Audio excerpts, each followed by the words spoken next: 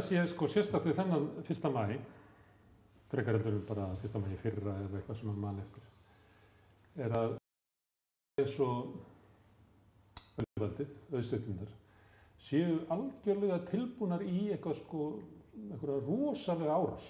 Ætli sér að þurrmjólka allt sem hægt að fá út úr kórónufaraldrinum og efnahagskreppinu sem honum fylgir. Ætli að ná skattalækkunum, ætli að minnka ríkið, draga til sín ríkisrekstur, einkavæða, ná sem mestum peningum út ríkissjóði, láta ríkissjóð borga launin fyrir sig, nýsköpun svokallaða, orkuskipti og umhverfisfjárfestingar, ætli bara að ná völdum. Og svo hef ég einhvern veginn trú á því að maður hlustar á Samtök atvinnulífsins til dæmis, forystufólk þess, og svo var samband ungra sjálfstæðismanna að kynna stefnu sem eiginlega bara beint upp úr SA, með svona smá grænnislíkju sem umfram þessum SA-ið, að þá eins og þau bara telja sig að geta unnið, að það verður kosið í haust og það verður bara mandate sem auðvaldsflokkarnir fá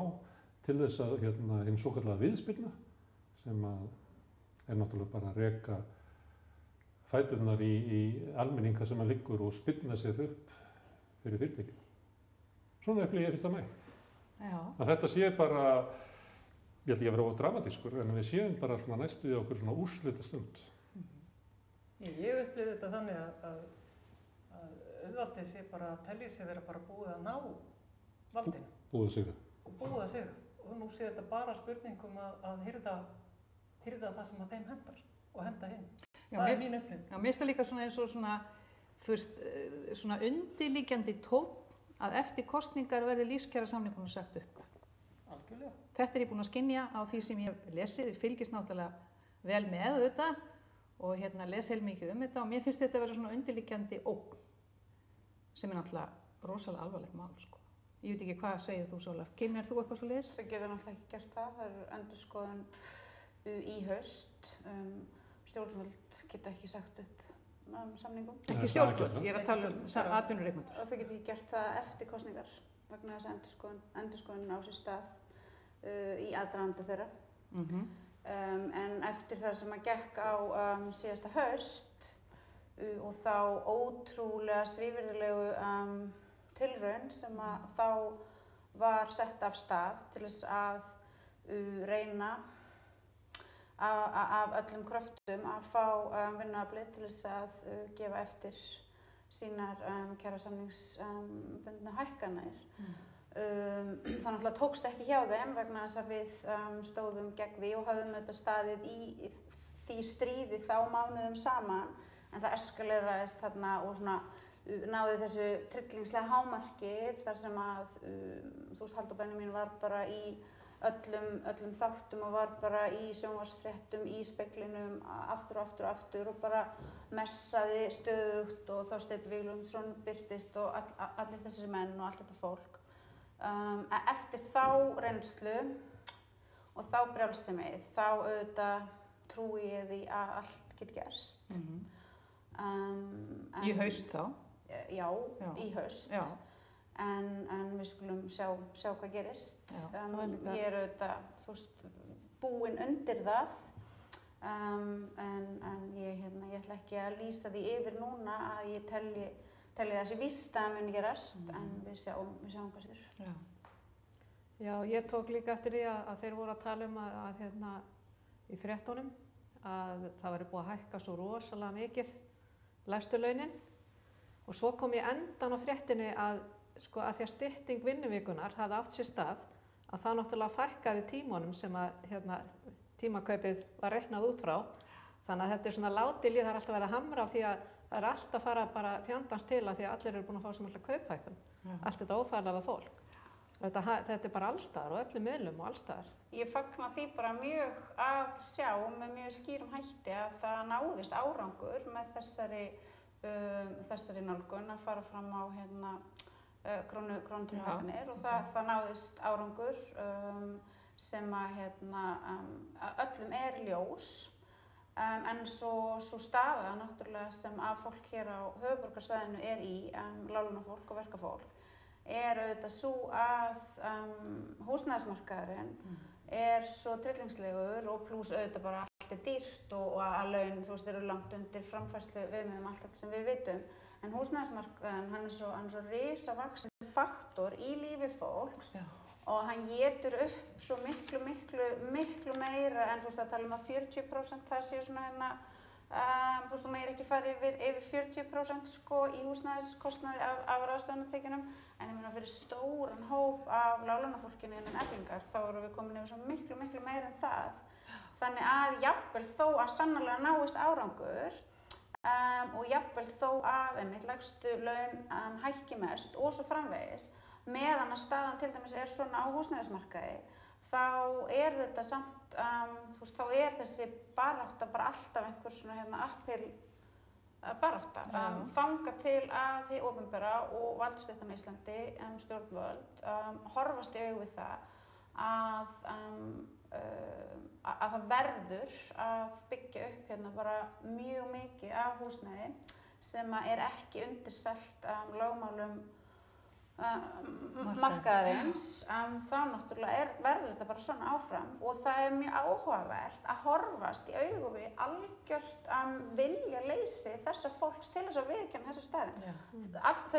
Þau væla og þau barma sér og þau hóta og þau fara fram konstantli talandi það að þú veist einhvern veginn ekkert skelfilegra en krafa vinnuaflsins launahækkanir, en þau neita að viðurkenna að stór faktor í því að fólk auðvitað bara getur ekki stannað að sjálfsögðu á það að gera það og fá heimtingu á endanum auðvitað bara öllu, en þú veist, þetta fólk sem að þykist þrá stöðugleika og svo framvegis neitar að viðurkenna að meðan að húsnæðismarkaðurinn svona. Sko, mér finnst svolítið merkilegt að því að nú 1. maí að sko, hvað í raun og veru hefur lítið áunnist frá því í gamla daga. Og það sko til dæmis í fyrstu maígöngunni, þegar var haldið 1923, þá voru á sem sagt kröfuskiltunum sko holla mannabústaði, engar kjallarakompur, enga helgidagavinnu, engan réttindamissi vegna fátæktar, atvinnubætur vegna atvinnuleysis. Og þú veist, þetta svona sömu áherslumálin og voru og í raunum má kannski segja það að ójöfnuðurinn hafi aukist frá því til dæmis bara 1940-50 þegar eftir alþýðuflokkurinn og alþýðusambandið þá unnu svona fast í raun og veru og kröfðust þess að fá réttindi fyrir sitt fólk, tryggingar og annað. Þetta svo sorglegt hvað hefur lítið áunnist. Sko, ég ekki sammála því að það hefur lítið áunnist. Þegar ég skoða sögu 2000-aldarinnar þá var náður svona ótrúlega sigrar. En svo gerist það náttúrulega að það sem að hafði áunnist glatast, til dæmis eins og verkamannabústaðirnir. Fyrstu lög verkamannabústaðir eru sett 1929 og vissulega kannski varð aldrei þetta svona félagslega húsnæðis fyrirbæri jafn sterkt hér á Íslandi og kannski annars staðar á Norðurlöndunum, en það þó var til staðar og það var þessi svona vitund það væri bara sjálfsagt og eðlilegt að vinnuaflinu væri veittur aðgangur að mannsæmandi húsnæði, ekki einhverjum kjallarakompum, heldur bara mannsæmandi húsnæði, þar sem að fólk gæti lifað með fjölskyldum sínum í öryggi og þyrfti ekki að sjá á eftir öllum ráðstöfunartekjum sínum í þetta. En svo, og ég meina svo, þú veist, svo farið þessa risastóru uppbyggingu sem að býr til Breiðholtið og svo framvegis, en svo þarna 1998 þá rústar Framsóknarflokkurinn og Sjálfstæðisflokkurinn verkamannabústaðakerfinu og síðan þá hefur náttúrulega bara hafa húsnæðismál bara versnað. Hvað þetta kallað? Húsnæðiskaupmáttur ungs fólks hefur minnkað næstu 50%. Bara staðan svo að við erum í tryllingslegri varnarbaráttu. Aldamótum og svo framvegis. Þannig að allir þeir sigrar sem að sannarlega höfðu unnist, þeir, þú veist, ég ætla ekki að segja þeir hafi tapast, þeir voru bara teknir í burtu. Og því miður þá var verkalýðshreyfingin ekki á þeim stað að vera með pólitískt afl eða getu eða hugrekki eða eitthvað til þess að gera það sem auðvitað átti að gera, sem var að stöðva þetta. En þetta samt sem áður sko, innflytjendur í húsnæði sem gjörsamlega fyrir neðan allar hellur. Við vitum hvernig húsnæðismálin eru núna. Það mansal inn í þessu líka sko, að mönnum haldið bara einhvers staðar í kompum og svo vinna þeir hjá atvinnureikandanum. Eins og var á þessu tíma, 23, þá eru vinnukonur inn á heimilum sem haldnir bara sem þrælar sko, á þessu tíma. Það sem sérstaklega kannski þetta, að þetta 23, þannig lögð fram krafan atvinnuleysistryggingar sem nást ekki gegn fyrir 1956, ef ég man rétt. Þannig að þarna allavega einhver eldur þar sem að hreyfingin og verkafólk og alþýðan gerir kröfur sem að ná svolítið langt inn í framtíðina. Á þessum tíma þar sem að verkalýðsbaráttan dofnaði, þá var eitt af einkennum hennar það að hún hætti að sko gera kröfur, hún hætti að leggja fram sko einhverja framtíðarsýn og sætti sig við. Hún hafði enga framtíðarsýn, hún horfði ekkert lengra en bara næstu 2-3 árum fram í tíma. Og það kannski það sem að vanta núna, það bara að horfa á hvers konar samfélag viljum við hafa hér eftir 30 ár eða 40 ár. Já, erum við þá ekki að tala og gera kröfur í samræmi við það í rauninni. Já, tala húsnæði, öruggt húsnæði fyrir alla, það hlýtur þá að vera besta kjarabótin og mesta öryggið. Já, við erum aftur komin í það, alveg frá 1923, það erum við aftur komin í þá kröfur. Og það þarf þá að vera líka sko, óþarfi að hanga í sko, verkamannabústaðakerfi var náttúrulega svolítið að fólk átti með íbúðir. Mér finnst það að vera kannski takmarkaður bara hugmyndaheimur, það þarf að vera breiðara. Ég á þeirri skoðun að hið opinbera á bara byggja alveg heilan hellinga íbúðum og leigja út. Já, og svo sagði til dæmis Drífa í fréttunum í gær að nú var að leggja svo mikla áherslu á sko atvinnuleysistryggingarnar. Þetta að laga það og bæta það væri framtíðin. Og þetta akkúrat sem stendur hérna. Sama í 1923, þetta sama krafa. Þetta alltaf sama stríði sko. Þetta sama stríði. Það sem kannski grunnátökin alltaf þessu sömu. Já. En sko maður að líta yfir farin veg og segir býttu hvert erum við komin frá því grunnur var lagður 1923. Þannig var það frá kröfur og svo uppskerutími þar sem að skipulögð verkalýðshreyfing náði því að hafa áhrif á mótun samfélagsins þar sem að hún var veigameiri hluti af sko pólitíkinni heldur en í dag. Það var tímabil þar sem að eru kannski frá stríði fram til 1970 þar sem að sko verkalýðshreyfingin og svona alþýðu hreyfingarnar höfðu meiri áhrif í Íslands samfélag. Nú virðist vera eins og sko almenningur hafi miklu minni völd heldur að var á þeim tíma. Nú eiginlega náttúrulega samvinnu félögin, bæjarútgerðirnar og svona félagslegu rekstur og atvinnulífinu næstuði bara búið að útrýma honum. Kannski eftir Orkuveituna og Landsvirkjun og eitthvað svona en hitt meira minna farið. Og svo held ég að sé miklu meira núna og skýri kannski svona það sem ég upplifi sem svona ákefð auðvaldsins að bara taka völdin að sko ríkisvaldin meira og minna stýrt í þágu auðvaldsins sem ég held að hafi ekki verið raunin sko í jafn ríkum mæli kannski 1970 eða 1980 þegar ég var að komast til vits og ára. Þá voru önnur sjónarmið sem ríktu. Nú virðist vera þannig að sko ég upplifi allavega að SA viðskiptaráð samtök iðnaðarins hafi bara beina línu inn til stjórnvalda. Þetta verður meira og minna stefna sko meiri hluta flokkanna þar sem þessi fyrirbrigði leggja til. Svona áróðursmaskínu auðvaldsins verður bara ríkjandi stefna eða aðalstefna stærstu flokkanna og síðan stefna stjórnvalda og ég upplifi það að almenningur hafi minni völd í dag heldur en að hafi fyrir 30-40 árum. Og minni eld heldur en að hafi þarna fyrir 90 árum. Það er ekki bara hér, það er bara allstaðar.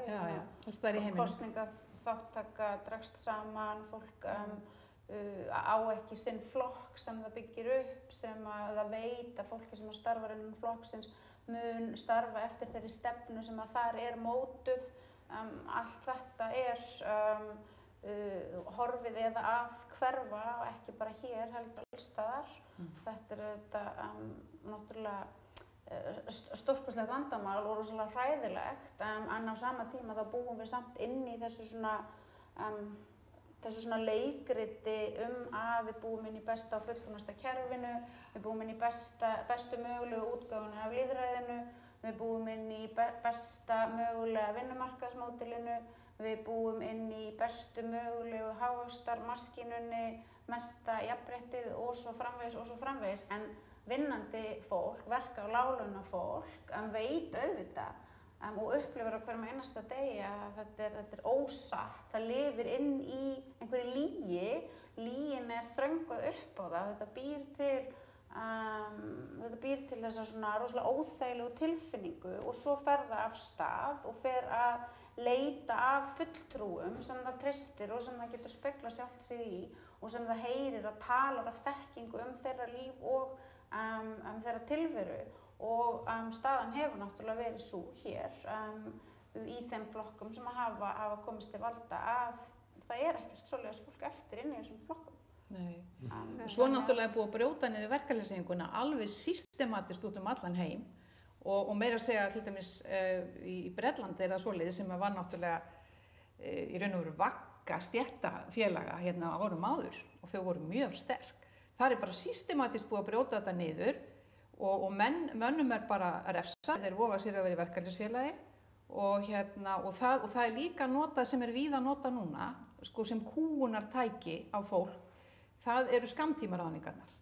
Og þetta út allan heim, þetta er allstaðar í Evrópu, allstaðar. Og þá það þannig að þú ræður, ég skal ráða þig í 3 mánuði, við skulum sjá til, svo koma 3 mánuðir og þú heldur að þú hefur staðið vel og þú fáir sennilega fastráðningu. Svo koma 3 mánuðir, nei, heyrðu, ég ætla að ráða þig núna aftur í 3 mánuði. Svona gengur þetta endalaust og botnlaust og atvinnureikandinn og svo þetta þrælari, að menn eru alltaf að stressa sig á því að þeir séu örugglega að vinna nógu vel, svo þeir fái nú vinnuna næst, Og þetta svona ofboðslega, og svo náttúrulega þetta þrælari út allan heim, menn það eru bara nútíma þrælar út allan heim. Og svo náttúrulega líka þessi útvistun á störfum. Já. Eins og til dæmis ræstingafólk sem búið að útvista bara út allt. Já, fólk hefur ekki vinnustað, Það hefur ekki lengur aðgengi að vinnufélögum og vinnustað. Heldur það bara þvælt á milli staða og aldrei að vinna með sama fólkinu og þar leiðandi nærða ekki að mynda eitthvað svona eins og maður gerir á vinnustöðum. Maður á sinn hóp og sín vinnustað. Það tilheyrir ekki samfélagi. Þetta sem var á bensinstöðum í stórmörkuðum, það eitthvað fólk frá Securitas sem var aðgæðum. Já, nákvæmlega. Mér langar aðeins að óska Alþýðunni til hamingju með daginn og lesa eitt örstutt ljóð eftir Stein Steinar sem var komið fram á þessum tíma í upphafi baráttunnar. Og mér langar aðeins að spyrja ykkur hvernig ykkur finnst boðskapur hans eiga við í dag. Og eitt sinn skulu hlekkir þrældóms falla af fæti og hendi hins nauða þjáða manns og eitt sinn skal það skrýmsli blóðvort sígur að velli lagt. Og eitt sinn skulu draumar voru rætast þjóðfélag hins frjálsa sterka manns sem engin ránshönd, drápshönd vofir yfir né slegið fær. Já, eitt sinn skal hinn smáði maður úr djúpsins myrkri rísa sterkur frjáls. Þetta vel við æfið. Og Þetta öflugt. Ég langar að taka aðeins upp talandi með allra besta lýðræðiskerfi. Og þú veist, við erum með verkalýðshreyfinguna og þetta svona lýðræðiskerfi sem var byggt upp á virkri þátttöku almenning á síðustu öld. En virkar ekki alveg fyrir almenning í dag. Almenningur hefur ekki pláss fyrir hann í svona skipulagðri stjórnmálastarfi. Og sömuleitt erum við að koma út úr merkilegum tíma í Íslandssögunni sem eiginlega búsáhaldabyltingin. Það sem að þjóðin og landsmenn verða fyrir áfalli og finna sér farveg í stjórnmálaþátttöku bara á götunni, bara utan allra kerfa. Og stjórnmálakerfið hefur ekki náð utanum þetta. Sömuleyti endurreist verkalýðshreyfingunnar afkvæmið þessu. Það svona hægt og bítandi að koma inn fólk sem tók þátt í búsáhaldabyltingunni inn í verkalýðshreyfinguna að reyna. En við erum samt komið svolítið stutt á veg með að svona almenningur sem upplifir óréttlæti samfélagsins finnir sér farveg inn í skipulögðu pólitísku starfi, hvort sem það inn í verkalýðshreyfingunni eða inn í flokkum. Og að sömuleyti, þetta svolítið sérstætt þegar við erum með svona hátillakerfi sem að við tölum fallega á hátíðisdögum, en svo kannski er ekki nær alþýðamanna ekki að koma sínum málum svona að. Þegar þú ert út á Austurvelli meira og minna árum saman. Já, ég var eina af þeim sem þusti niður á Austurvell þegar þingið kom saman eftir hrun og þegar þeir kveiktu jólatrénu og það allt og við öskruðum og görguðum og það kom eitthvað skólafólk og við vorum öskrandi og gargandi og lemjandi eitthvað og svo allt í einu náðum við einhvern veginn okkar takti og vanhæf ríkisstjórn og svo var trommað og ég fæ alveg gæsahúð þegar ég hugsa um þetta. En þetta, svo bara var maður á Austurvelli, bara næsta árið, algjörlega og 1. maí, einmitt, eftir hrun, þá kom Gylfi Arnbjörnsson ekki á Austurvelli. Og það var mjög svona undarleg upplifun, að hann einhvern veginn, það var einhvern veginn verkalýðshreyfingin og þeir sem voru áttu undir höggasækja, þeir áttu enga málsvara. Það var enginn sem einhvern veginn, auðvitað hefði verkalýðshreyfingin átt að ryðjast bara niður á Austurvell og bara sem heild. Þetta er svona mynd af samfélagi þar sem er ekki pláss fyrir almenning lengur. Nei, þannig er maður eiginlega búið að stofnanavæða allt og elituvæða hreyfinguna og flokkana. Já. Og svo þegar almenningu vill tjá sig í pólitík, þá fær hann bara potta á pannur og getur gert og þarna kynntust við fullt af fólki sem einmitt fór í að stofna hreyfinguna á dögun og þetta og fólk var svolítið að hópast saman og hittast svona í svona hinum og þessum kjöllurum og reyna svona að mynda einhverja hópa og þetta var svona tilviljunarkennd vinna en það var einhvern veginn ekkert innan kerfisins einhvern veginn sem að tók við sér eins og þú veist að segja, maður var bara einhvern veginn bara algjörlega úti. Þetta orðið svo mikil stofnanavæðing og svona reglugerðir, þú verður að fara þessa leið til þess að komast til áhrifa þarna og ef þú ætlar að gangi stjórnmálaflokk þá þarftu að fara þessa leið og þú þarft að passa upp á þetta og þú brýtur reglur ef þú gerir svona en ekki hinsegin og fyrir allan almenning sem foksýtur út af ykkur þá er þetta bara ófarandi leið, þetta er bara eins og koma að Jökulsá, þú kemst ekkert yfir Deglan sem var út á götu, hún hefur ekkert haft svona teljandi áhrif á, þú nefndir verkalýðshreyfinguna þegar Gylfi Arnbjörnsson ætlaði hætti við að fara og halda ræðu, en sósíalísku gömlu flokkar sem hefur spruttuð verkalýðsbaráttu 2000-arinnar, Samfylkingin og VG, það er ekki þetta merkt það að húsvaldabyltingin og þeirri hræringar sem að urðu í kjölfar því hafi haft nein áhrif á svona flokkar. Já, steingjaldir orðnir, af því að þeir eru bara fastir inn í forminu, þeir eru ekki lengur, það vantar allt. Eldmóðin. Já, það er bara formið, það er bara formið er svona og við erum þar. Svo líka finnst mér að eins og maður fylgjast með það sem maður gerst í heimi að hreyfiafl breytinga eins og til dæmis út í Bandaríkjunum í sambandi við Black Lives Matter og það kemur bara svona í mótmælum það er ekki gegnum til dæmis verkalýðshreyfinguna. Þetta er hún horfin bara í Bandaríkjunum. Ég er að segja það, hún er horfin og þetta er víða og þetta er alls staðar í Evrópu. Það er að segja að vettfangur baráttunar er komin í svona riots út á, eða mótmæli út á götu. Það er líka kannski eins og verkalýðsbarátta innan Amazon, innan McDonald's sem að það er eins og sé ekki hægt að halda almenningi niðri þetta þótt að það er búið að útrýma verkalýðsbarátta í Bandaríkjunum en hún sprettur upp. En þetta nefnilega hefur verið umræðuefni hjá alþjóðasamböndum verkalýðsfélaga einmitt þetta og af því að verkalýðshreyfingin hefur veikst svo út allan heim og þá er spurning hvað getur tekið við? Er eitthvað annað sem getur tekið við sem sagt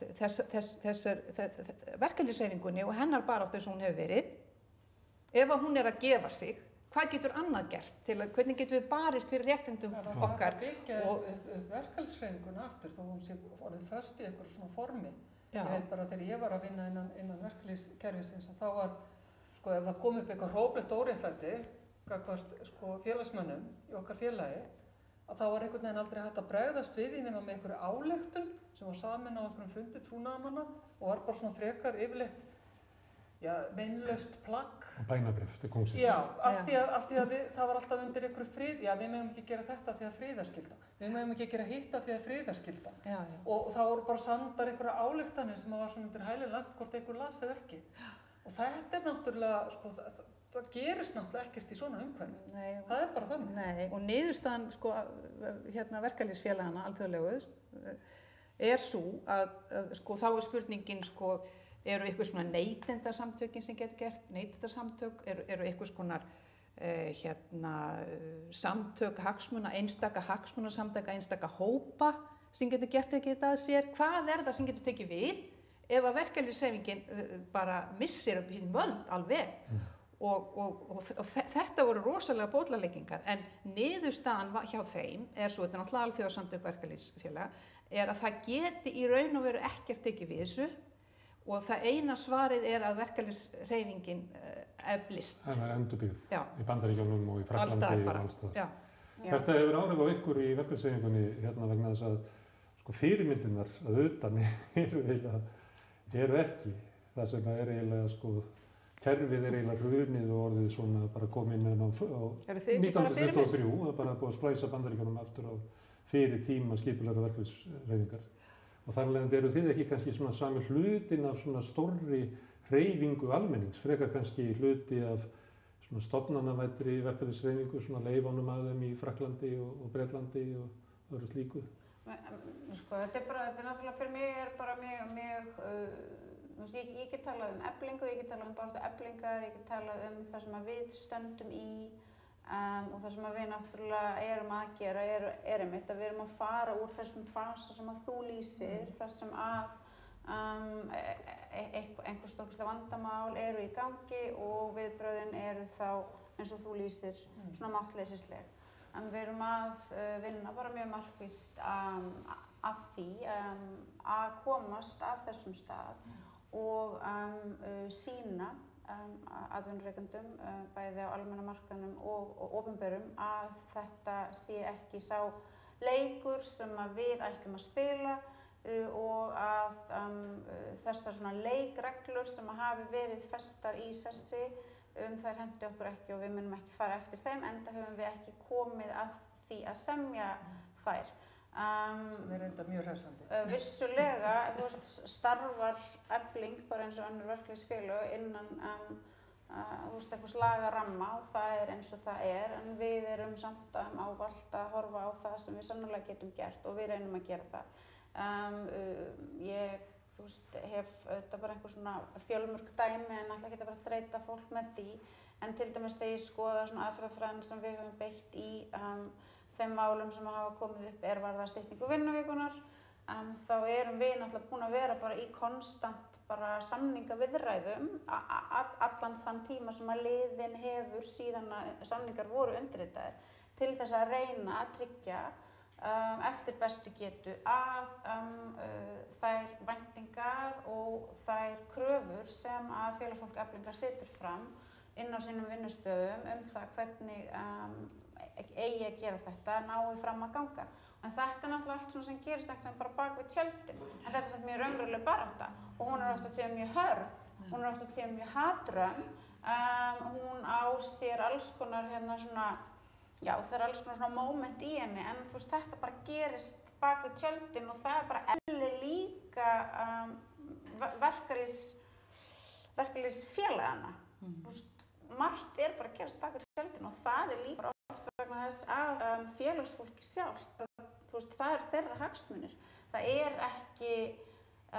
ekkert allt vinnandi fólk sem lítur á það sem sína hagsmuni eða vill að þeirra barátta, sem oft bara mjög persónuleg inn á vinnustöðum, í miklu og nánu, miklu og nánu samneyti við sitt samstarfsfólk og við sína yfirmenn sé tekin út á torgunum. Það bara þannig og það geta náttúrulega bara allir sett sig í þau spor og hljóð skilja það. Sérstaklega er þetta bara mjög relevant í lífi verka- og láglauna fólks. En við langar aðeins að beina svolítið á pólitík. Vegna þess að þegar við sjáum baráttuna við auðvaldið í okkar heimshluta, þá sú barátta háð eiginlega út á götunum. Vegna þess að almenningur hefur að mörgu leyti mist gömlu baráttutæki sín Verkalýðshreyfingin víða mjög veik og svona, hún bara stofnanavædd og þannig að kannski átökin eiga sér ekki stað í bakherbergjunum sem almenningur upplifir að sé þeirra barátta. Heldur barátta almennings fyrst og fremst bara svona út á torgum og í umræðunni og eitthvað slíkt og það svo þá vanti sko hérna formtæki til þess að heyja þessa baráttu. Mér langar að spyrja sko, þetta dæmi minnkandi völd almennings? Hann eiginlega búið að hrekja almenning út á torgin. Þegar ég upplifði þetta ekki þannig að þetta sé bara róttækasti hluti almenning sem út á torgunum. Ef maður tekur bara Occupy Wall Street eða Momentum í Bretlandi eða hvað sem í heiminum að þá þetta yfirleitt kröfur sem að meginþorri almenning styður. En þetta bara hrakið út á sko jaðar stjórnmálabaráttunnar vegna þess að stofnanirnar sem voru áður, sem að alþýðan átti, stjórnmálaflokkar og verkalýðshreyfingin, ekki lengur sko að heyja þessa baráttu. Nei, vegna þess að auðvaldið massíft búið og markvisst sko, mjög vel grundað að eyðileggja baráttutæki almennings. Það bara markmið og það búið að vera markmið allan tíman. Og meðan að svo og þeim hefur tekist það svo vel, kannski má segja með að íslensk verkalýðshreyfing miklu sterkari heldur en nokkuð tíma annar staðar, vegna þess líka að það allir í verkalýðsfélögum. Sko og meðan að svo meðan þetta orðið svona veikt, sko þeir gera þetta vegna þess að almenningur hefur ekki þessi fjármuni, hefur ekki þetta vald, getur ekki keypt stjórnmálamenn, keypt fjölmiðla. Staðan svo ójöfn. Þannig að það sem fólk hefur þá núna bara þetta, að fara út á götur. Hvað annað? Það er ekki nefndi smá dæmi þetta, það náttúrulega gerist 1976 á kvennafrídaginn. Já. Þá var ég 18 ára, þá var ég farin að vinna á veitingahúsi upp á Skólavörðustíg og mér langaði til þess að fara út að bara hitta konurnar og taka þátt í þessu. Og hann stilti sér upp yfirmaður minn og eigandi veitingastaðarins og sagði þið farið ekki fet. Ef að þið farið út núna, þá skuluð þið ekki koma aftur. Og ég var svo hrædd að missa jobbið að ég þorði ekki að fara út. Og þarna var ég trúnaðarmaður á vinnustað 18 ára gömul og ég stjórn félags starfsfólks veitingahúsum. Þetta rosaleg kúgun sko. Já. Þú bara litið á þessum þræl. Þú veist, ef þú gerir ekki eins og ég vil og þú bara minn þræll. Og svona þetta alltaf skýrar og skýrar. Það náttúrulega svo gríðarlegt. Leikurinn svo ójafn. Þetta svo skýrar og skýrar því lengra sem að líður frá þessu sko. Þess vegna þarf almenningur sko skipulagða baráttu. Já. Við getum ekki unnið hana ein á móti yfirmenn okkar. Nei, það akkurat það. Og það er mjög gaman og það er mjög svona fullnægjandi og það rosalega mikið þrill fólkið í því að fara og taka þátt í mótmælum og taka þátt í mótmælum sem að leiðast jafnvel bara upp í einhver svona uppþot og svo framvegis. En ef að það ekkert meira en það, þá náttúrulega á endan þetta bara mjög takmarkað tól. Það hægt að valda kaosi og það hægt að setja fram kröfu eins og var gerð í búsáhaldabyltingunni sem að lokum var ein krafa sem fólk gat sameinast sem var það að ríkisstjórnin ætti að fara frá. Ein krafa. Það voru 3 kröfur sem allir gengu eftir sko. Ríkisstjórnin frá, stjórn fjármálaeftirlitsins frá og stjórn Seðlabankar frá. Það er svo hættulegt að þú biður eitthvað og getur fengið það og svo fer ekki neitt annað. Sko. En það sem að gerðist líka, og þú sagðist það hefur verið Austurvelli í ár, en þá hlýtur þú að muna eftir því jafnvel og ég, að leið og ríkisstjórnin var farin frá, þá bara tæmdist öllurinn. Algjörlega. Þannig að þá líka bara þetta moment og það vissulega rétt sem að hér sagt að í þessum svona stóru fjöldahreyfingum þær kröfur sem eru settar fram eru yfirleitt kröfur sem að langstærstu meirihluti almennings getur fellt sig við en staðan samt engu að síður þessi að þegar að einhver svona árangur hefur náðst þá tæmast göturnar. Fólk fer þá heim til sín og heldur þá bara áfram með sitt hversdagslega líf. Kannski eftir kröfunar verið svona stórar eins og var lesið hérna áðan í 1923. En þá líka, þurfum við að horfast í augu við það að eins og þarna, ein krafa eða 3 kröfur sem að svona hægt að svona samt, þær voru inn í þessari vanhæf ríkisstjórn. hvers vegna gátu allir samanast þetta og hvers vegna fór svo stór hluti heim og einhver partur var eftir.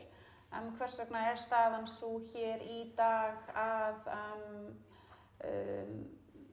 stór partur af þeim sem lifa og starfa í þessu samfélagi hafa ekki upplifað neina kreppu á sínu skinni. Staðreyndin sú að þetta svona úthlutunarkerfi auðvaldsins virkar fyrir nógu stóran hóp sem að uppsker bara nógu mikið, hefur það nógu gott til þess að þessi svona brennandi brennandi krafa það eitthvað verði að breytast bara ekki nógu svona potent, nógu skýr til þess að gera það að verkum að fólk sé tilbúið til þess að setja þá orku og þann kraft sem þarf að setja í það að raunverulega ná fram varanlegum breytingum. Svo erum við með hópa af fólki hér á Íslandi sem ég tel að væri tilbúið sannlega til þess að leggja mjög mikið á sig til þess að ná fram varanlegum breytingum vegna þess að tilvera þeirra og aðstæður eru bara það slæmar að það veit að það á engu, það hefur engu að tapa og það hefur heilan heim að vinna. Það fólk samt sundrað bara að mjög mörgu leyti. Það hefur kannski einmitt ekki á sínum vinnustað aðgang að einhverju svona samfélagi. Það kemur alls staðar að úr heiminum. Margt þeirra hefur ekki tök á því að taka eðlilegan þátt í lýðræðislegu samfélagi, hefur ekki þau réttindi og svo framvegis. Og svo líka staðreyndin sú að það fólk oft bara, tilveran erfið, þú veist. Það erfitt að finna, það bara þreytt. Það bara erfitt að finna kraftinn og þá auðvitað, ég meina hvað þá svarið við því? Svarið þá einmitt að búa til vettvang sem að það gerist sem ég var að orða áðan, þar sem að fólk getur speglað sjálft sig, þar sem það sér, þarna fólk sem að skilur heiminn á sama hátt og ég geri, sem hefur upplifað það sama og ég hef, sem ég treysti til þess að berjast fyrir hagsmunum mínum. Þetta þolinmæðisverkefni, þetta tekur mjög langan tíma. Það bara óumflýjanlegt að það taki tíma að byggja upp þetta, byggja upp hreyfingu, byggja upp traust, finna fólk til starfa sem að vill gefa tíma sinn. En ég trúi því af öllu hjarta að þetta sé mögulegt, en ég jafnframt gerir mér grein fyrir því að þetta erfitt, þetta tekur tíma, þetta tekur miklu orku. En á þessum tímapunkti bara í veraldarsögunni ekkert augljósara en það engin annar valkostur en að reyna þetta. Vegna þess að ef við reynum þetta ekki, þá náttúrulega erum við ekki aðeins að bregðast okkur sjálfum og fólkinu sem við vinnum með, heldur erum við náttúrulega bara að bregðast, við erum að bregðast þá bara eins mikið og hægt að bregðast, því ekki getum við orðið gamalt fólk og horft tilbaka og horft á það ástand sem að sannlega, dregst upp og verður verra og verra. Það aðeins að fá trufla vegna að segja það að biðja Sigrúnu að sækja hana Maríu. En ef ekki að ræða þetta aðeins, sem að þetta erfitt og ástandið fyrir að við ættum ekki alltaf að vera samt svona rosalega svona gloom and doom, af því að það líka svona, ef við erum alltaf bara að segja okkur sjálfum og öllum hvað hlutirnir séu erfið. Þeir vissulega eru það, en þeir væri ekki mikilvægir ef þeir væri ekki erfiðir, Þetta væri ekki þörf á að breyta ykkur ef það þyrfti ekki að breyta þessu. Þarna fólk, það settist ekki bara niður eitt kvöld og var bara eitthvað, hei, eigum ekki búið til svona flott kröfuspjöld og hvað langar okkur mest í og við skulum gera það og svo förum við af stað. Það lagði allt af við því. Það bjó við óbærilegar aðstæður, ástæðan fyrir því að það barðist af svona miklum krafti var af því aðstæður þeirra voru óbærilegar og það barðist árum og áratugum saman og tók sama slaginn aftur og aftur og aftur. En Sólveig, málið það líka sem að því þú vorst að tala að það eru einhverjir hópar sem að telja sig bara hafa það gott að þeir vilja ekkert vera taka þátt í svona baráttu. En mér finnst einmitt þetta að fólk, það vantar bara stéttavitundina vegna þess að til dæmis fólk sem kannski bara neðri millistétt, það svoleiðis þrælar daginn út og inn, það vonlaust að lifa á einum launum þú veist, allir þurfa að vinna úti og það svo mikið kapphlaup, sko við erum enn að glíma við ameríska drauminn. Við erum enn að glíma við þá hugsun. Margt þess að fólk bara að reyna að þrauka út mánuðinn. Jú, en hugsunin svo að það neyslan. Það neyslan, þetta eins og við, til dæmis mín kynslóð elst upp á kaldastríðsárunum og með ameríska drauminn í sjónvarpinu hverju einasta kvöldi. Og þetta bara þvílíkt, maður mataður á þessu, svo maður alin upp í þessu og þetta slæfir alla stéttavitund. Og það náttúrulega, það þrælslegt sem lagt á millistéttina líka, hún vinnur svo mikið, þetta ekkert eðlilegt. Og þetta fólk, þyrfti svo sannarlega að fá einhvers konar baráttutæki fyrir sig til þess að ekki bara endilega stytta vinnuvikuna, það nú búið að taka langan tíma, en bara að leiða sig út úr þessu ómannúðlega samfélagi sem það lifir í, ómannúðlegar kröfur og þræleri.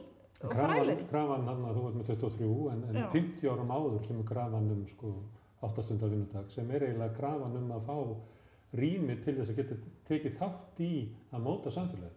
Það ekki bara að fá að sofa og vinna, þetta að sé þarna á milli náttúrulega til þess að eiga eitthvað félagslíf, en það var líka von og væntingar að hafa raunverulega burði til þess að geta tekið þátt í móti samfélagsins, sem að ég átti mig alveg á hvort að sú krafa sé rík hjá fólki.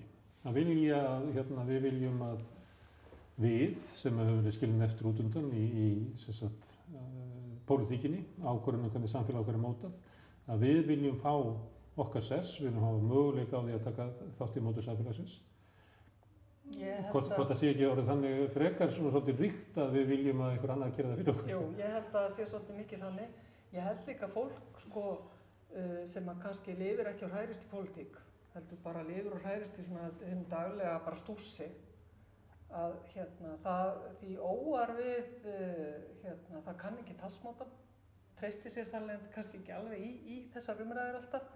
Það búið að ala það upp á að þetta sé hvort þið allt sama tóbakið, skiptir ekki máli hvort það þessi eða hinn og margir telja að sú framþróun sem að þó hefur orðið í mannréttindamálum og réttindum hinsegin fólks og allt þetta sé bara svona náttúrulögmál, þetta bara eitthvað sem gerist með tímanum, það sér ekki og áttar sig ekki á í rauninni baráttunni sem búið að vera bak við þetta.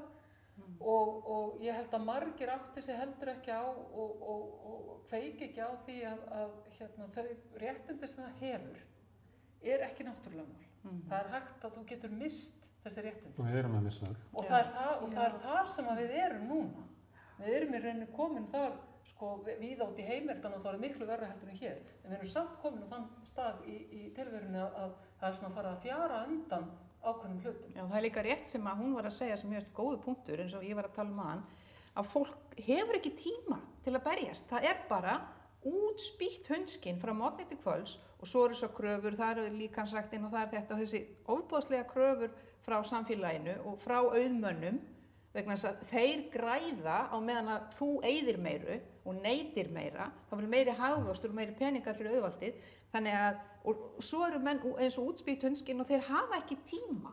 Þú veist, til dæmis eins og bara að bændurnir í Suður-Þingeyjarsýslu sem börðust gegn dönsku einokunarversluninni. Það voru ríkir bændur sem höfðu tíma til að berjast. Mér finnst líka einhvern veginn það versta við þetta allt saman er að það er búið að telja fólki trúum einhvern veginn að það þurfi að harka svona rosalega. Já. Það sé bara, ef það ætlar að eiga í svo á og bara þaka yfir höfuðið, þá verður þú bara að vera eins og útspýtt hundskinn, bara við að bara í harkinu. Þú verður að vinna rosalega mikið. Þú verður að leggja rosalega mikið á þig ef þú ætlar að eignast eitthvað. Þannig að eða bara vera eitthvað eða gera eitthvað. Og það er bara eitthvað norm.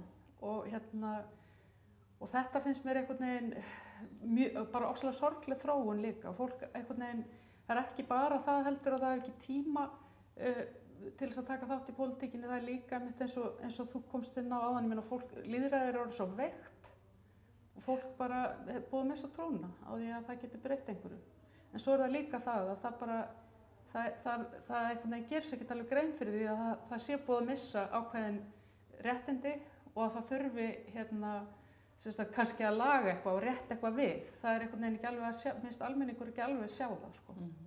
Þetta hafi verið eitthvað sem við höfðum og erum búin að missa. Já, og þú veist, eins og bara, þú veist... Og af hverju er það? Það er vegna þess að við erum svo vön í að trúa eins og þú varst að lýsa, Vigdís, að við verum alltaf á leiðinni í rétta átt og hugmyndur að eitthvað hafi hörnað hjá okkur sérumverulega passi bara ekki inn í svona framtíðar sín nýfrjálsíkjáruna, það sem allt á að vera bara á hraðri til að batna. Það er möguleiki að það sé ástæðan. Ég átta mig ekki alveg á hver ástæðan en það er einhvern veginn, mér finnst bara einhvern veginn búið að telja fólki trú að það þurfi að lifa í þessu svakalega, þessu svakalega kapphlaupi og það þurfi að leggja rosalega mikið á sig til dæmis bara einhvers þakki yfir höfuð.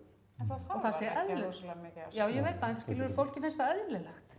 Það er það sem að mér finnst það skrítið, fólki finnst það eðlilegt. Já, þú veist, ég minna ok, þú ert með okkur finnst það ekki eðlilegt, en mjög mörgum finnst það eðlilegt. Þú selur þetta bara til dæmis mjög markvisst, ég man ekki hvort það var núna í vetur eða veturinn undan, þá las ég einhverja grein eftir hann hvað heitir hann, Logi Bergmann? Já, hann skrifar pistla í Moggann og hann skrifar pistil og þú veist, þetta var einmitt boðskapurinn, þú veist, það var alltaf verið erfitt að eignast húsnæði. Þú veist, það var líka erfitt þegar ég var ungur, ég veist að vinna ótrúlega mikið, bla bla bla, allt þetta. Og ég las það, ég hugsaði bara eitthvað, já, ok, ég meina, vissulega, þú veist, það er alveg margt til í því, sannarlega. En það er samt það eru bara niðurstöður rannsókna og það eru bara gögn, algjörlega óumdeilanleg gögn sem sýna bara fram á það að það sem var erfitt þegar hann var ungur, og það sem hann sannlega viðurkennir og segir já, það var erfitt, er svo erfitt núna að fyrir risastóran hóp er það bara ekki hægt. Já, og þetta er náttúrulega þessi svona, þú veist, þetta er þessi svona lúmski áróður og þú veist, þetta er rosalega svona pótent svona tól og ég, þú veist, veit alveg að fullt af fólki sem að segir þetta, það er ekkert að gera það af því að það sé eitthvað illgjart eða vilji ungu fólki sem að núna er að reyna að koma undir sig fótunum eitthvað illt, það trúir þessu raunverulega sjálft. En þetta er einmitt, þetta er bara náttúrulega... Þetta er líka þessi krafa og þetta íslenska systemi að þú þurfir að eiga húsnæðið þitt. Þú þarft að eiga heimili. Það er raunin það sem fyrst og fremst þú þarft að eiga örugt heimili. Hvort að þú átt steinsteypuna sem heldur utan þetta heimilið ekki á ekki að vera úrslitaatriði. Nei, ég held að samt áherslan á það að eiga í dag, hún er náttúrulega kannski... Það er ekkert að það boði hér.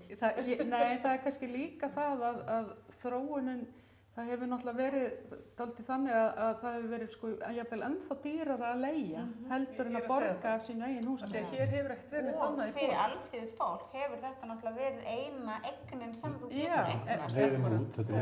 Og allt þetta og svo vinnur og þú greiðir niður lánin og þú veist, þú átt svo missur þetta og svona 10 ára fresti. Svo má heldur ekki gleyma því að til dæmis eins og ég lenti í því sjálf að þegar þetta byrjaði þessi þrýstingur, ég átti þá unga konu sem var búin að læra og var að hugsa að fara út á húsnæðismarkaðinn og hún kemur og segir, mamma, það er bara þannig að það eru allir krakkarnir í kringum mig sem eiga foreldra sem láta á að hafa svona 3, 4, 5 milljónir. Þetta var bara orðið, þetta er í dag bara orðið svona, þú getur ekki eignast húsnæði nema pabbi og mamma eiga 3, 4, 5 milljónir til að láta þessu sem er auðveldar að tala stéttaskiptingu við ungt fólk heldur en eldra fólk. Af því að það er svo augljósir ungu fólki að það eru bara þeir sem að koma af efna meiri heimilum sem eiga efna á því að kaupa þessu húsnæði. Þeir sem koma á fátækari heimilum eru dæmd til þess að bara hrekjast á leigumarkaði. En ungt fólk það eru miklu meðvitað stéttaskiptingu heldur en þetta er mín tilum. Já, þetta er rosalega samt, þetta er svo lúmsk barátta gagnvart foreldranum og foreldrarnir, ég tók þetta inn á mig. þú veist, ég sem guð mig góður, ég nú bara get ekki veitt barninu mínu það Það er bara sama á fátæka móðurinn þegar barnið þarf að fara í vorferð með skólanum eða æfa fótbolta með leikni. Það er bara, það fátæki foreldrar út allan bæ með þessa tilfinningu. Þeir séu mislukkuð vegna þess að þau get ekki veitt barninu það sem samfélagi gerir kröfu. Og hvað gera sumir? Þeir segja, ég verð að vinna meira, ég verð að geta gefið barninu mínu eins og allir hinir foreldrar að gera. Þetta er alveg skelfilegt. En þá getur líka sagt það fyrir láglauna manneskju, fyrir láglauna konu, alveg sama hvað hún vinnur, hún getur þræðið sér út og samt aldrei að fara að ná þá að gera þá nema þetta mögulega, þú veist, að geta veitt barninu aðganginn að, þú veist, einhverjum íþróttum eða eitthvað svoleiðis. Til þess þarf hún að þræla sér út og slíta sér út, en það að geta lagt eitthvað fyrir og eignast einhverjar milljónir til þess að afhenda svo barninu til þess að koma því á betri stað. Þú veist, það þarf þá eitthvað kraftaverk eða eitthvað lottóvinning eða eitthvað. Og það er náttúrulega algjör út í höfn að fólk þurfa að vinna eins og skellur í helviti til þess að geta leitt barninu sínu stund að fótbolta. Þú veist, það er bara fáránlegt. Það er fáránlegt að fólk sé að veigra sér við það að borga hádegismatinn fyrir barnið sitt í grunnskóla. Og þurfa svo að hlusta á Loga Bergmann koma að segja að lífið eigi að erfitt. Já, nákvæmlega. Og þegar ég var nú Bjarni Ben var nú með svona ræðum daginn. Lífið er erfitt, þannig eins og Búdda bara. Já, einmitt. Fólk á bara að búa rúmin sín á morgnana og ekki að kvarta. Og fá sér hafragraut. Þú skalt ekki ímynda þér að lífið getur verið eitthvað betra en þetta. Mér langar að taka eitt sem þú sagði, Védís, að fólk sem er að berjast fyrir lífi sínu, að það upplifir að til þess að geta tekið virka þátt í pólitík, að þá þurfum við að tala með einhverjum hætti, að það sé svona samtal sem við formað, og því við erum alltaf að tala hann 1923 í bókinni. Það við hæfi 1. maí. Já, en það fólk, það áttaði sig á þessu, það byggði raunverulega upp eigin kúltúr, sko. Það byggði upp alþýðuhúsin til þess að geta hist þar og skemmt sér, því að það gat ekki lifað inn í veröld yfirstéttarinnar. Og að einhver leyti ástandi orðið sambærilegt í dag að alþýðu fólk getur ekki háð sína pólitísku baráttu vegna þess að öll pólitíska baráttan, fjölmiðlarnir og svona öll formi þar sem að pólitísk barátta fer fram, hefur verið til ekki þeirra lífi. Það er ekki verið að tala þeirra mál. Það er ekki verið að tala það tungumál sem það talar. Nei. Og það er og ef það segir eitthvað sem er einhver leyti ögrandi á opinberu vettvangi, að þá byrjið að pota í stafsetningu eða eitthvað svoleiðis. Í alvöru tala.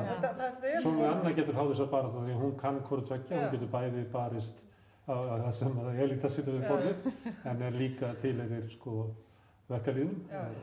En svona lágtekju fólk almennt, öryrkjar og eitthvað fleiri, eiga mjög með erfiðleikum með að heyja sína baráttu vegna þess að þau eru ekki viðurkennd inn á leikvöllin þar sem baráttan fer fram. Og það er ekki viðurkennt málið sem þau tala og þar leiðandi hægt að sópa þeim bara í burtu sem ómarktæk. Nú erum við samt aðeins að koma inn á þetta, að því þetta er samt að því hópurinn öryrkjar er ekki endilega, ég veit ekki alveg hvað, að því það er alveg fullt af fólki innan hópsins öryrkjar sem að geta alveg talað þessu máli, að því öryrkjar koma úr í rauninni öllum greinum og öllum stéttum. Þetta er bara fólk sem veikist eða slasast. Já, það getur líka við það að það er ekki viðurkennt í umræðinni að þú getur gert kröfur ef að þú ert ekki á vinnumarkaði. Þannig að þú situr allt sem öryrki við borðið og þú þarft að byrja á því að réttlæta það að þú er erindi í þetta samtal, svo þú sett öryrki. Ég held að það er mikið meira vandamál. Ég er ekki að tala um að fólk sé að tala eitthvað skringilega eða skróla eða eitthvað. Nei, en ég er að segja að það er mikið meira vandamálið einmitt, að fólk þarf að réttlæta tilvist sína bara. Já, en hann endar á því hann Steinn Steinarr í þessu ljóði sem ég las að segja að hinn smáði maður muni rísa sterkur frjáls og það er vonin sem að við sjáum til og við sjáum og við erum í þessari baráttu til þetta í sósíalistaflokknum og þú í Eflingu og allt þetta og af því að við trúum því að það sé hægt að breyta þessu skiljið og það er alveg magnað og þá erum við erum alltaf að spugla í því hvernig getum við breytt þessu, með hvað hætti? Þessu hefur náttúrulega verið breytt áður, við vitum að það er fordæmi fyrir því að þetta sé hægt að gera þetta. Það voru ekki sjúkrahús hérna, það voru byggð upp sjúkrahús hérna á fyrri hluta síðustu aldar, fyrir almenning. Þegar ég var barn fór fólk inn á sjúkrahús og þurfti ekki að borga neitt. Það fór til læknis og þurfti ekki að borga neitt. Og borgarastéttin byggði ekki upp spítala, það var ekki gert fyrir en Það voru kvennahreyfingar sem að stjórnmálahreyfingar almennings, samvinnuhreyfingarinnar og verkalýðshreyfingarinnar sem var byggð í Landspítalann. Borgarastéttin hún þáði bara gjafir frá Hollfellows í Danmörku eða franski spítalinn eða Katólska kirkjan. Það var íslenska ríkisvaldið fór ekki að hugsa að byggja upp heilbrigðiskerfi fyrir að alþjóðahreyfingarnar höfðu áhrif á íslensk stjórnmál. Já, mér skilst að íslenska kvennahreyfingar eru búin að safna fyrir helmingum á Landspítalann og þannig að Alþingi samþykkti að borga fyrir hinn helminginn, sko. Og við trúum því hérna í Sósíalistaflokknum að við getum verið hreyfiafl ef við komumst á þing og við viljum komast á þing til þess að geta orðið hreyfiafl og kraftur fyrir hérna vinnandi stéttir. Farvegur. Farvegur fyrir hérna vinnandi stéttir og fólk sem hefur ekki átt upp á pallborðið núna í lengri tíma. Og svo kannski fá heyra í Sönnu sem hefur verið að starfa fyrir Sósíalistaflokkinn í bæjarstjórn Reykjavíkur. Já. Það nú heldur betur passandi núna í þessari umræðu. En þú ert að vísa í svona vonina að breyta heiminum. Já. Hafið hana? María, hefur þú vonum að... Að það sé hægt að breyta? Já. Já, ég meina, ég held að... Þetta er þú eftir að upplifa mikla breytingar á samfélaginu? Ég náttúrulega vona það. Ég svo sem ekkert forspá en auðvitað vona maður það. Og ég held samt líka, ég held að rosalega margir séu komnir á einhvern stað núna þar sem að þeir eru bara komnir á einhvern vegg, sko. Ég meina, eins og ástandið búið að vera núna einhvern veginn og ástandið orðið eins og við erum að tala bara með húsnæðismarkaðinn og ungt fólk og eitthvað svona. Ég meina, og fólk er ekki hérna, bara millistéttin í rauninni, svona neðri millistéttin kemst örugglega varla í gegnum greiðslumat einu sinni. Þannig að við erum svona, ég held að við séum komin út í horn með rosalega margar hluti og þannig að ég held að við séum komin á einhvern stað þar sem að við mögulega getum haft áhrif og breytt og það muni verða einhver svona þessi pólitíski vilji sem að við höfum svo greinilega séð að hefur ekki verið til staðar til þess að breyta hlutum.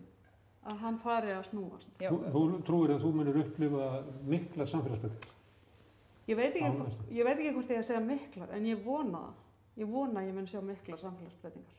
Ég trúi því að við eigum eftir að sjá miklar samfélagsbreytingar. Annarkvort eigum við eftir að sjá samfélagið að versna og ekki bara okkar samfélag heldur bara ástandið í veröldinni. Það er óumflýjanlegt og samfélagsbreytingar einar sér munu breyta bara mannlegri tilveru.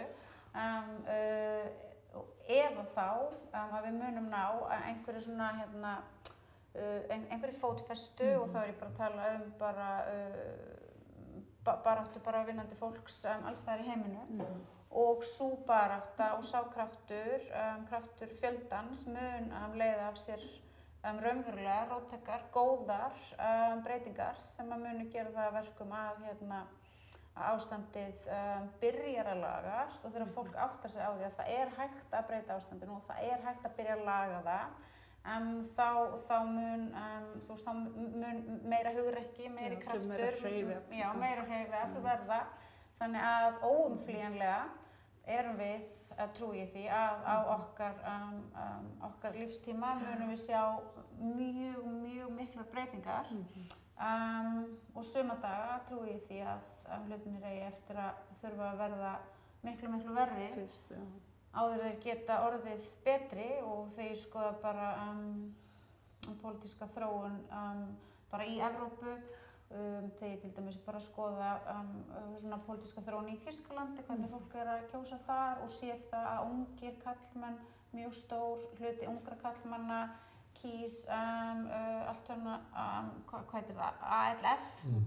Valkostur fyrir Þýskaland. Já, valkostur fyrir Þýskaland. Þegar ég sé það, þá þú veist, kremst eitthvað inn í mér á bara svona ótta, sko.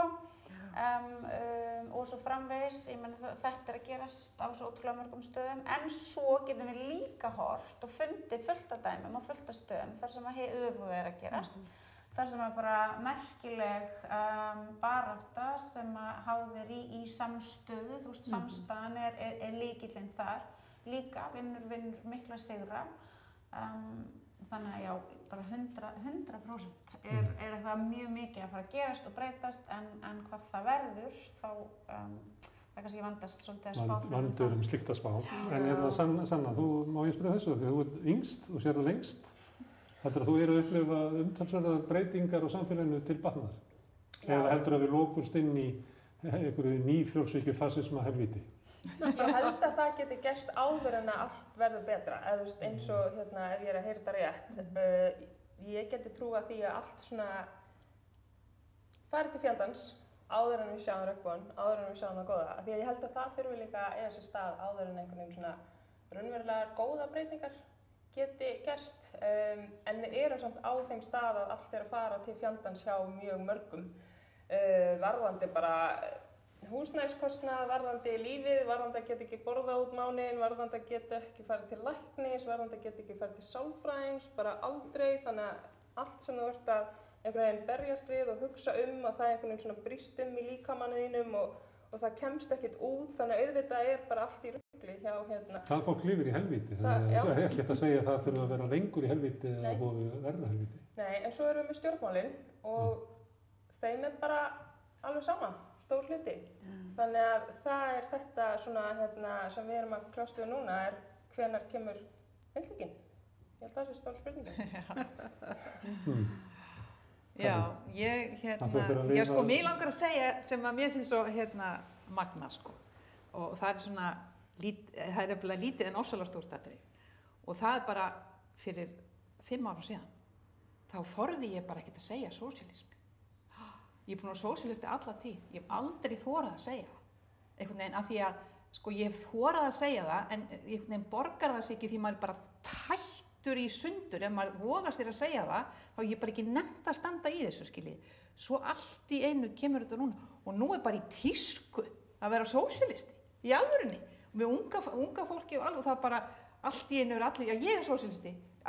Ég er sósíalisti. Þú veist, þetta er, sko, þetta er ótrúleg breyting á alveg ótrúlega stuttum tíma og þetta gefur mér rosalega mikla von af því að ég er sannfærð það að gott gengi sósíalisma muni leiða til þessa kærleikshagkerfis sem við erum að boða til fallegra líf fyrir alþýðu manna sem er á afmæli í dag, þið vitið, og hins vegar, þá gæti ég trúa því að fasismun muni þvælast fyrir okkur svolítið stund.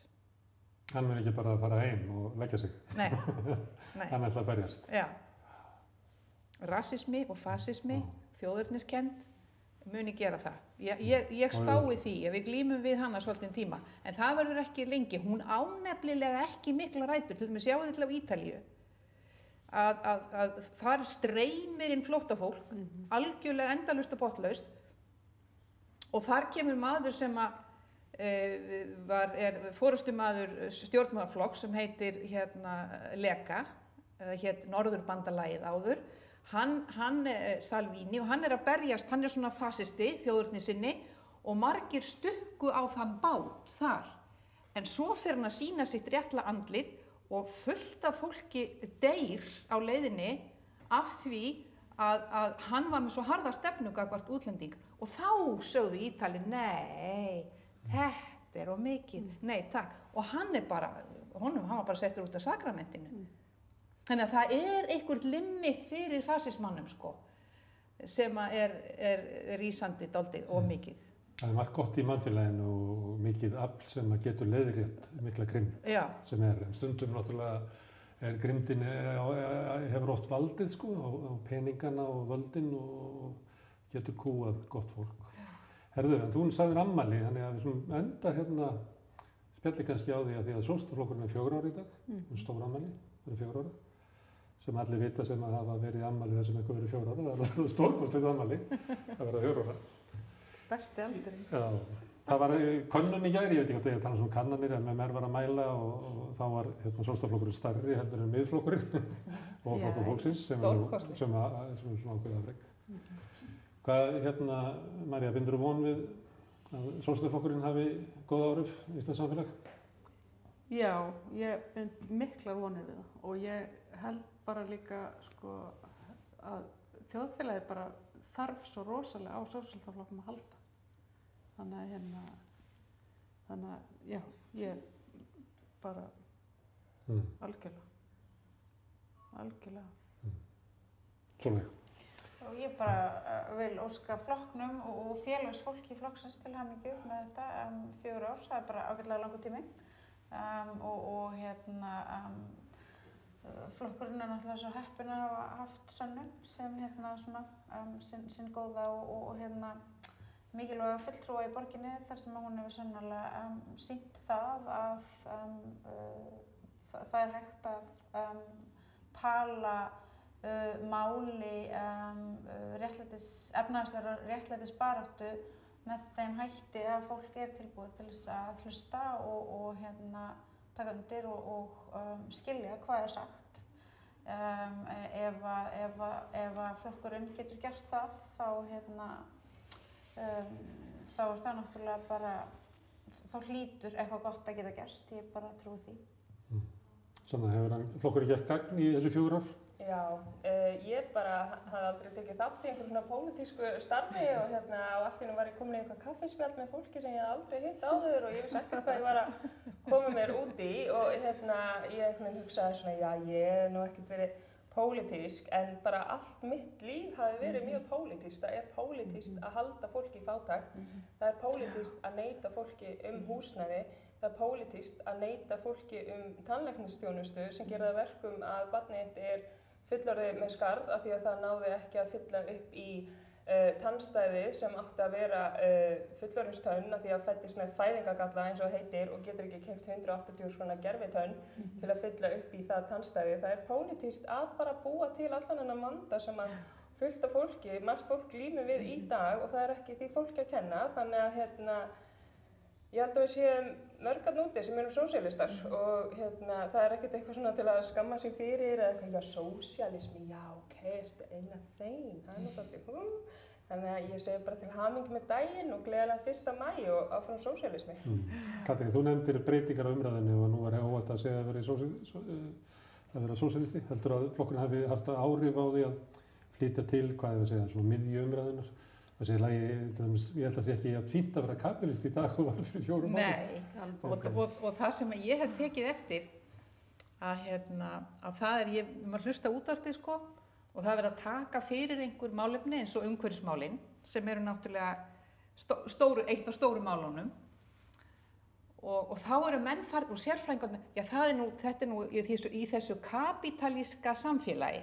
Þannig svona orðræðin og daginn eftir þá var eitthvað annað, ég man ekki hvað, þá kom aftur kapítalísku, sko, það var það að kenna sem sagt ástandið er svona í umhverfismálum til dæmis vegna þess að kapítalismin virkar eins og hann gerir. Og þannig að þetta er svo orðræðan er komin inn í og margt til dæmis eins og orðræðan hjá Sólveigu hefur skilað sér dálítið mikið í sko almennt mál í rauninni til fólks og það er svona, þetta er komið og sósíalismi, fólk er aðeins, sko, mér finnst fólk tilbúið til að segja þessi sósíalistar. En mér finnst það á eftir að koma og gera sér grein fyrir því að það er líka í lagi að vera í sósíalistaflokki Íslands. Skiljið, það er aðeins svona þarf að tengja það betur svolítið.